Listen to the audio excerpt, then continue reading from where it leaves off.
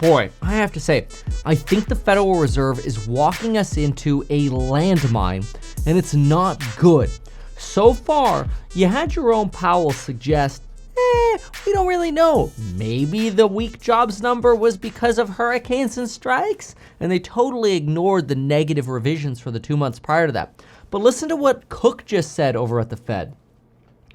Cook just said that the hurricanes and strikes affected the jobs market in October. Overall growth remains solid, and recent weakness is because of transitory effects. They say the labor market has largely normalized. Continued growth in the economy with slowing inflation means the economy is moving better and more strongly than expected, which means that the Federal Reserve, quote, could see a scenario for the Fed pausing because risks are mostly in balance.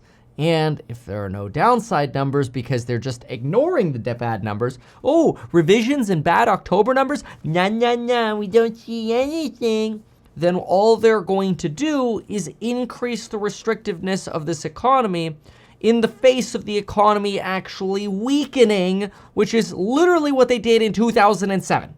It's the same thing that happened in 2007. They cut by 50 basis points, markets rally, everybody's like, Fed saved the day, soft landing, stocks all-time highs, greatest economy in the world, 3% GDP, blah, blah, blah, blah. A year later, all those estimates are revised down into the toilet, and you're in a big fat recession.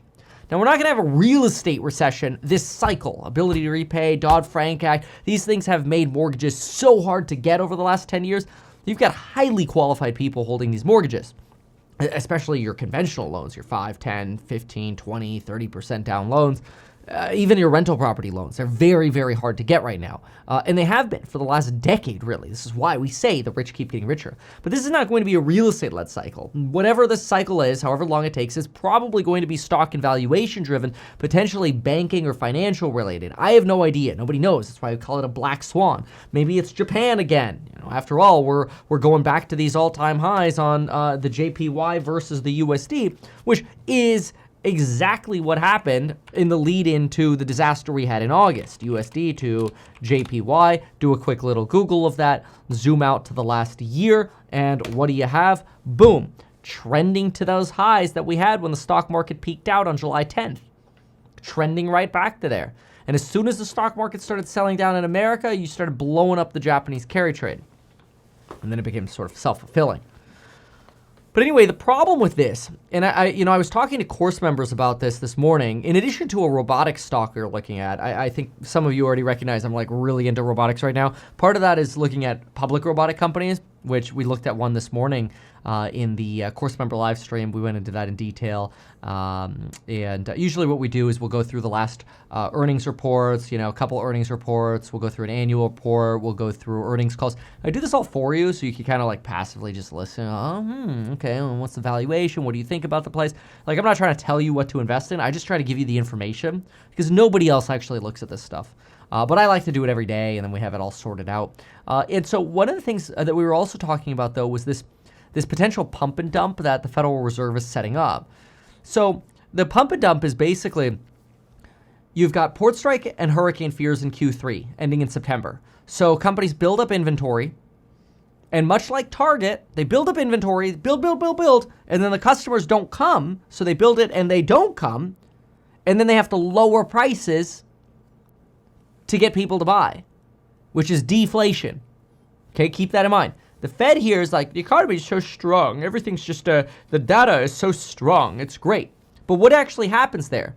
You're actually increasing the odds of deflation, and by buying more inventory, you're making the data look artificially hot because people are buying more inventory because of temporary factors like port strikes. So you're overbuilding your inventory, making the Fed think, oh, industrial production numbers are great. Wow. And of course, retail sales are a super lagging indicator because people spend their money until they lose their job, basically. So then the Wall Street Journal, on the front page of the Wall Street Journal today, is talking about how, as a fear of Chinese tariffs coming, you basically are in a situation where companies are starting to build up on goods that could be subject to tariffs. Now, this is a problem because now you have a Q3 buildup of stuff because of port strikes and hurricanes. Then you have a Q4 buildup of stuff because, oh no, we might get tariffs. Now you got a whole lot of stuff. Well, what happens when you have a whole lot of stuff and interest rates have gone up? The bond market's gotten more expensive because people are dumping bonds because the data is so hot. And, this is self-fulfilling, right? It's like, oh, the data was hot in Q3. Oh, the data was hot in Q4. Oh, demand must be great. Let's buy more inventory. So you buy more inventory. Port strikes, hurricanes, tariffs. Buy.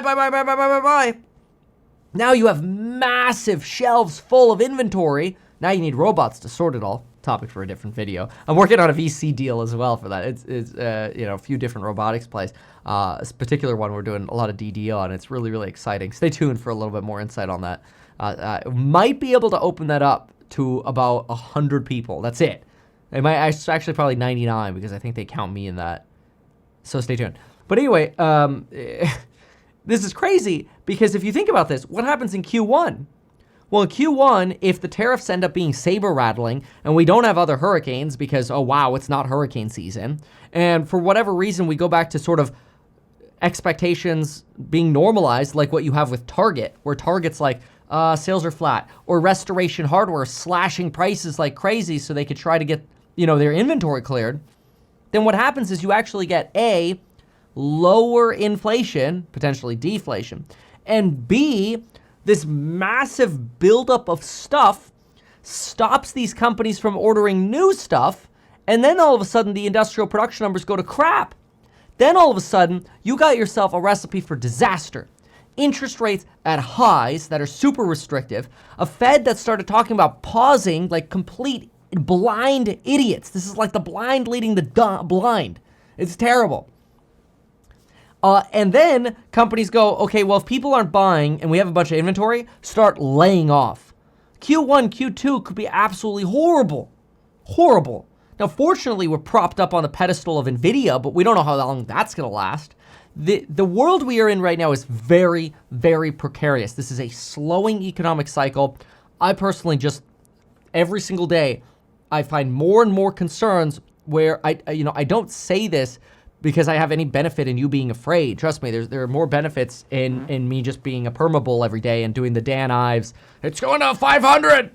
Everything's going to 500. What's the stock? McDonald's? 500. Tesla? 500. Ow. That hurt. NVIDIA? 500.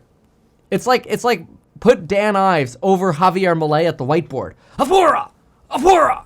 And change it to 500. 500. How could you hate it? He's basically telling you, you're going to double your money. You're going to double your money. You're going to double your money. Like, who hates the person that every single day on TV, hey, boys and girls, guess what the lesson today is? Double your money. The valuations are euphoric at many different companies. NVIDIA is actually reasonable, but the only reason I think it's reasonable is because people are like, one day this thing's going to freaking pop.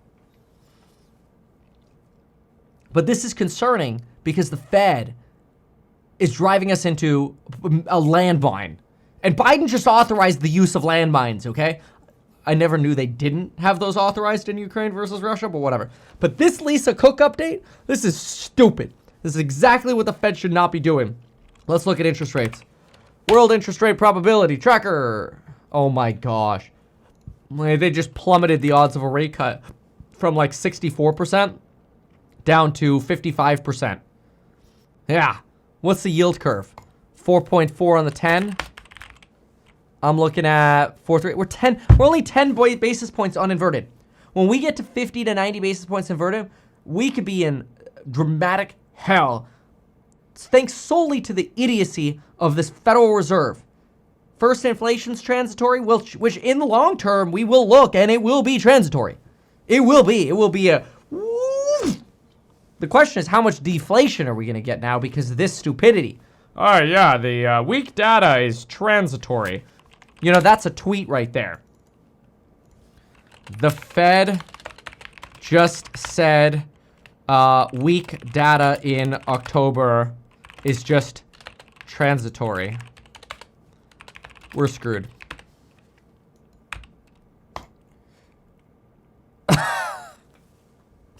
Follow me on Twitter, X, @RealMeKevin. Follow me on Instagram, @MeKevin. I posted a beautiful video of the babies yesterday. I encourage you to watch it. And make sure to get your alpha report totally for free. Go to meetkevin.com/alpha. I'll text and email it to you.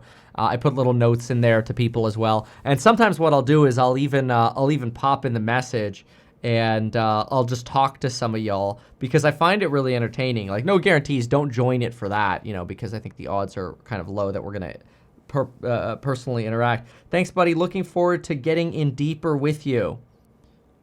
I don't know if I want to reply to that one. I'm going to skip that one. Okay. How about another one? Let's see. Your notes at the end made my day. Let's go. Boom. Sent. Thanks, AJ. Shout out to AJ. Market is expecting earnings after hours. Yes, mentioned that.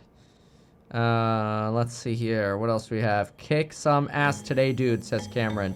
You too. Boom, baby. How about another one? These are all people who signed up over at meetkevin.com/alpha. Love the message today. The Cybertruck is sick, by the way. Let's go. Dude, exclamation mark. Seriously, best car ever, exclamation mark. Thank you. All right. Thanks so much for being here. I love y'all. I'm just going to keep trying to provide value. We'll see y'all soon. Bye. Why not advertise these things that you told us here? I feel like nobody else knows about this. We'll try a little advertising and see how it goes. Congratulations, man. You have done so much. People love you. People look up to you. Kevin Paffrath there, financial analyst and YouTuber. Meet Kevin. Always great to get your take.